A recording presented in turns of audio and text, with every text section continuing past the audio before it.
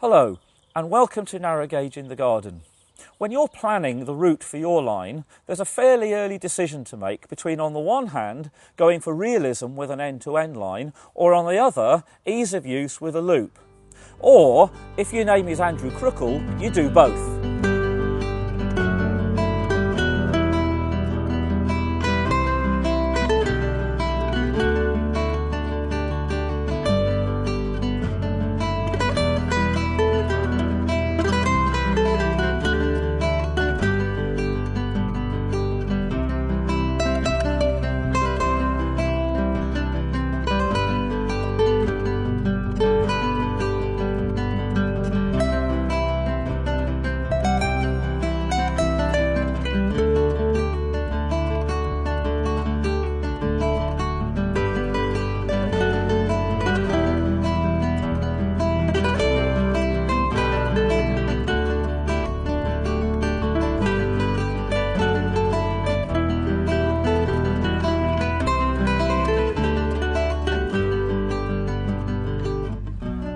Andrew, I'm looking around me here and it's amazing. I'm just trying to work out what the track plan is.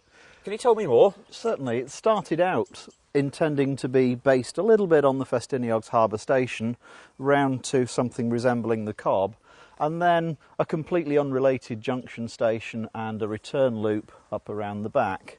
And that worked for me for a while, and then I started to have other friends round to run trains, and we started to see that it was very limited operationally. It worked for me, but it didn't work when I had lots of trains running. So I started to add in a few extra little bits and pieces, added in a second circuit so we could have two trains running at once, added in the climb over back into a steam-up area so we could prepare trains off the model. I hadn't originally intended that trains wouldn't be prepared in location, but it makes a lot more sense when a lot of people are running to have somewhere separate, and that's really the way that worked.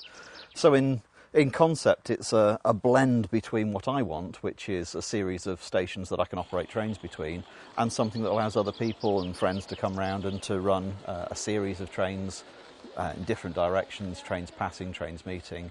So I've got the two concentric running lines and the separate climb up to the steam-up area that facilitates that.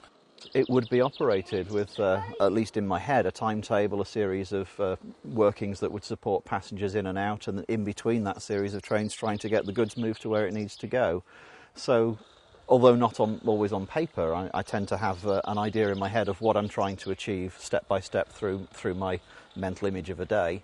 The terminus station does get a little bit busy sometimes. It doesn't have quite the siding space it needs, but there are further sidings up at Deanbridge, so occasionally I need to run stock up there and store it. But that's exactly as it would be. You know, it's realistic limitations of a particular station. So you do actually treat the whole thing as though it is, if you like, a real line in miniature, and you run it from place to place, and passengers at least notionally move from place to place, and the goods go up the line and down the line and so on. When I'm running it, that's what I have in my mind, yes. People try to get realism in different ways, don't they? So what are you trying to do here? Well, for me, realism is, again, in the operation of the trains. It's to do with having things running at realistic speeds, controlling engines as they approach stock and not smacking into it. I'm not then that fussed whether the buildings and the scenery are absolutely as a prototype somewhere would have been. It's just got to create the right atmosphere for the realistic operation of the trains. So, you know, different lines that you see have different emphasis. That's my emphasis.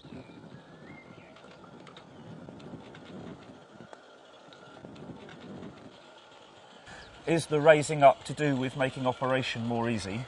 It's to do with not rolling around on the grass so much, really.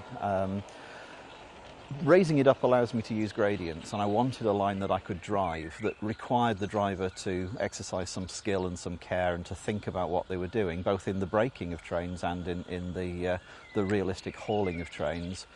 Perhaps that limits train weight up some of the more vicious gradients. Perhaps that means you can't hang everything behind an engine. Well, fine, again, that's the way the real thing works. So, you know, it adds a dimension to this line that you do have to know the line to be able to run it well and to be able to operate it realistically. It's a lot of work raising a line of this size up and still sort of landscaping and integrating into the garden. So what issues did you find doing that? Well, not wanting to use millions of cubic tons of soil to do it for a start. Some of these race sections are built so that they're sitting on square section drain pipe with wooden supports underneath and then the stone fill in the sides, but they're hollow underneath. A little bit of infill at the sides and then ballasted over the top. So I've found that using the drain pipe is a bit of a compromise, and that it's not quite as wide as I'd like, but it's easy to bend to the shape I want. to get nice curves out of it, smooth curves. It's solid enough to support a gradient, and it's completely weatherproof. And in the very early incarnations of the line, where I was using wood ripped off garden centre trellises and building sort of lattice sections of wood for easy draining, it's fine, except after a couple of seasons it starts to fall apart and the maintenance was getting too much. So just about all the line has been built twice, once to learn how to do it and once again to get it into a form that is a bit more permanent.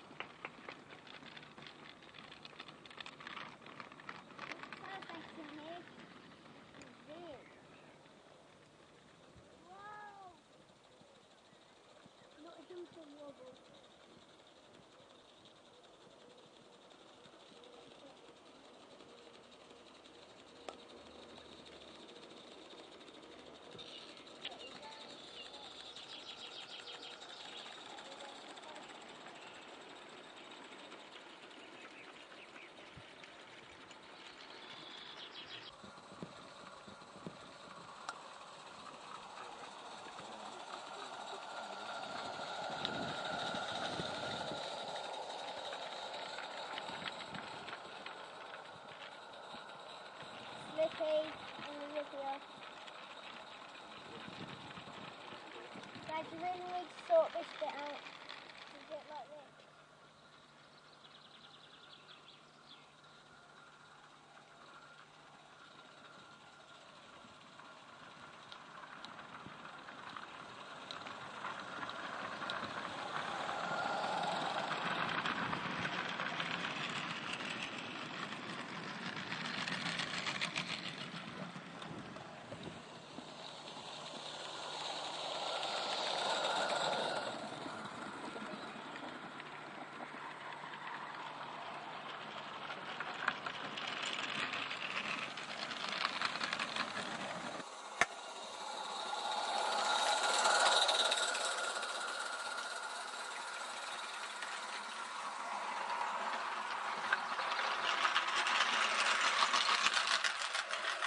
So how long has the railway been here then? I started building it in 2000, and it took me about 4 years to get the basic ideas mapped out and on the ground the way I wanted them, and then it's been tweaks over the years and sections that were relayed and reinforced. What lessons have you learnt during that time? A number of things. I think wood as a garden railway construction material has a very limited lifetime, much more limited than I had originally thought. So no wood, even though it drains freely, it rots too quickly. I'm not sure I'd use loose ballast again.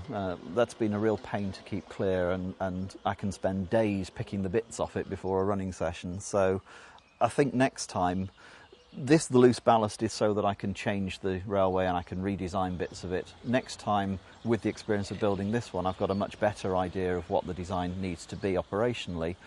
I can lay track more permanently, and that means that I can be much more solid with my ballast. Now, I know that you had further plans for the line, didn't you? Because you have one terminus, then you have your continuous running, and you had plans to go out to a second terminus, which hasn't happened yet. Is it going to happen? It may happen in the future, but not here. This is probably the last season of running on this version of the Dean Valley. Work and family reasons mean that we will move, and when we move, the Dean Valley will come with us, but it'll have to fit itself into a new valley and a new landscape. And it may have some of the same features and it may not, we'll have to see.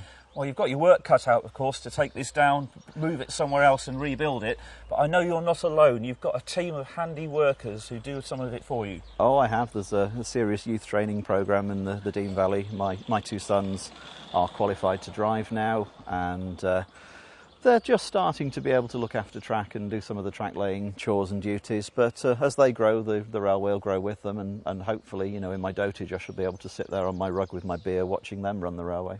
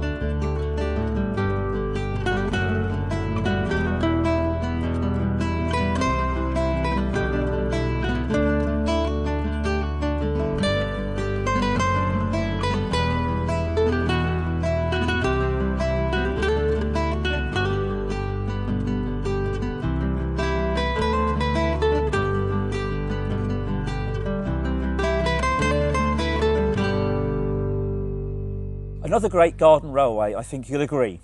Now, whatever you do, the one thing you will definitely need is some motive power. And that's what we look at in the next programme. See you then.